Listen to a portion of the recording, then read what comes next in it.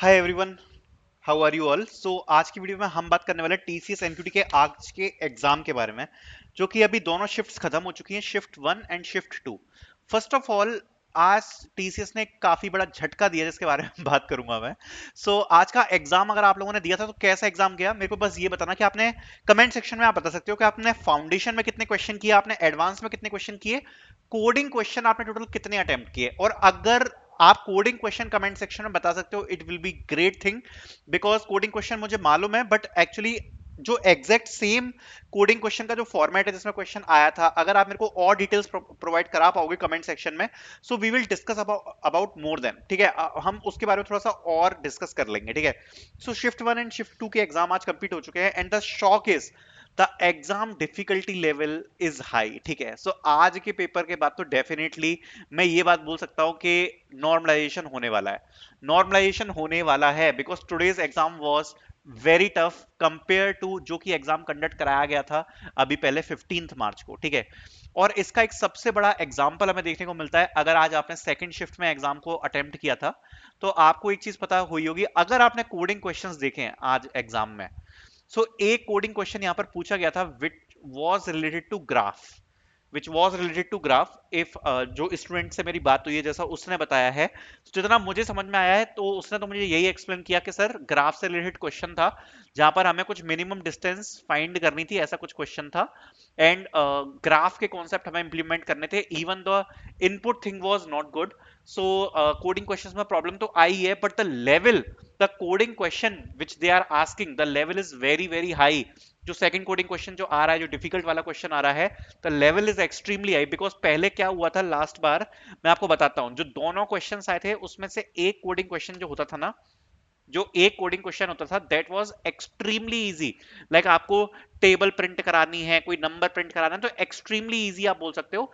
And second question is also easy, little bit of medium, easy medium. But now, if we talk about the questions, now the coding questions are coming medium to hard level. Definitely यहाँ पर normalisation होने वाला है आज की shift and 15 मार्च की shift के बीच में। साथ साथ में इस बार कट ऑफ गिरेगा कोडिंग क्वेश्चन में, तो एटलीस्ट गिरेगा। देखो, पिछली बार हमने बोला था कि दो कोडिंग क्वेश्चंस थे, एंड अगर आप एक कोडिंग क्वेश्चन को कर पा रहे हो तो आपको डिजिटल मिल गई थी लास्ट ईयर। लास्ट ईयर तो यही हुआ था कि जिन बच्चों ने एक कोडिंग क्वेश्चन सॉल्व किया दे गॉट डिजिटल, ठीक है। बट इस बार the cut off can be little bit less, and according to the normalisation, because shifts में काफी ज्यादा डिफरेंस आया है। So specifically, if I talk about shift 2, the cutoff will be less in coding because ज्यादातर बच्चे कर ही नहीं पाए हैं।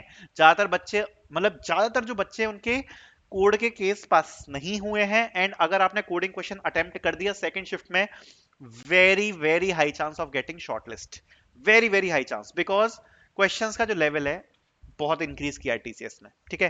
अब थोड़ा सा डिटेल में डिस्कस कर लेते हैं सारी चीजों के बारे में। तो सबसे पहले देखो, फाउंडेशन सेक्शन पे आता हूं। फाउंडेशन सेक्शन में ज्यादा डिफरेंस नहीं देखने को मिला जो आज का एग्जाम हुआ था, जितनी मेरे कैंडिडेट से बात हुई थी। जैसा टीसीएस का फॉर्मेट चला आ रहा है उसी लेवल पे हमें एग्जाम देखने को मिला है फाउंडेशन सेक्शन में। हाँ, बस एक चीज आप बोल सकते हो जो कि एक थोड़ा सा डिफरेंस है, 15 मार्च का जो एग्जाम हुआ था उसमें सम कैंडिडेट्स फाउंड दैट कि यहाँ पर 4 से 5 क्वेश्चंस बिल्कुल डायरेक्ट थे, बिल्कुल डायरेक्ट इजी लेवल के थे। आज के एग्जाम में वो जो डायरेक्ट क्वेश्चंस थे वो थोड़े से कम थे, जिसको आप डायरेक्टली फॉर्मूला बेस्ड करके सॉल्व कर सकते हो या सिंपली क्वेश्चन को सॉल्व कर सकते हो, मतलब ज्यादा टाइम ना लगे। आज के क्वेश्चन लिटिल बिट आप बोल सकते हो थोड़े से ज्यादा लेंदी कंपेयर टू 15 मार्च एग्जाम, थोड़ा सा लेवल आप हाई बोल सकते हो आज के एग्जाम का, ठीक है।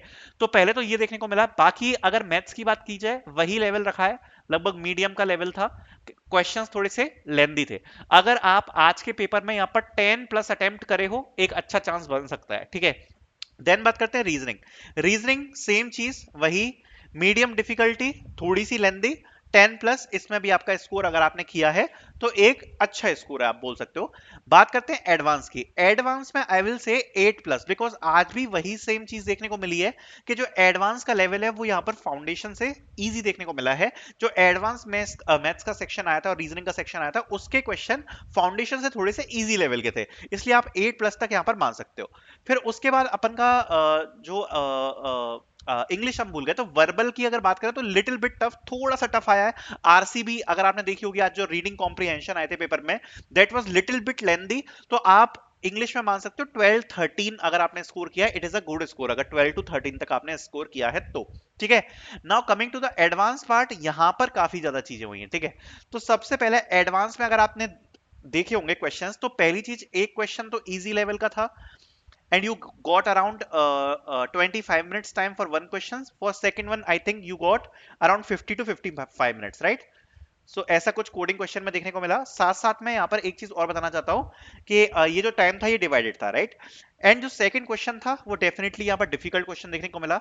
The input problem continuous, input वाली जो प्रॉब्लम थी आज के पेपर में भी देखने को मिली है, वो तो प्रॉब्लम की अब मैं क्या ही कहूँ, उसके बारे में तो डिस्कस मैं ऑलरेडी काफी ज्यादा कर ही चुका हूँ। ठीक है, बट द थिंग इज के कोडिंग क्वेश्चंस में काफी चेंज हुआ है। आज का जो रिस्पॉन्स आया है बच्चों का 15 मार्च का, तब भी थोड़ा सा बेटर रहा है कोडिंग के मामले में। वहां पर इनपुट की बहुत ज्यादा प्रॉब्लम आई थी 15 मार्च के पेपर में, but today the coding level was hard compare to the 15 March. इसलिए अगर कोडिंग क्वेश्चंस में सपोज आपके टोटल 14 टेस्ट केसेस हैं, 14 टेस्ट केसेस हैं, you can tell me in the comment section आपके कितने केसेस पास हुए। हाँ, अगर आप 6 to 7 केसेस आपने एग्जीक्यूट कराए हैं, it is a good score to get a call for digital, क्योंकि आज के जो क्वेश्चंस थे वो थोड़े से यहाँ पर डिफिकल्ट आए थे कोडिंग के। बाकी आज का एक्सपीरियंस आपका कैसा रहा वो आप मेरे को जरूर बताना।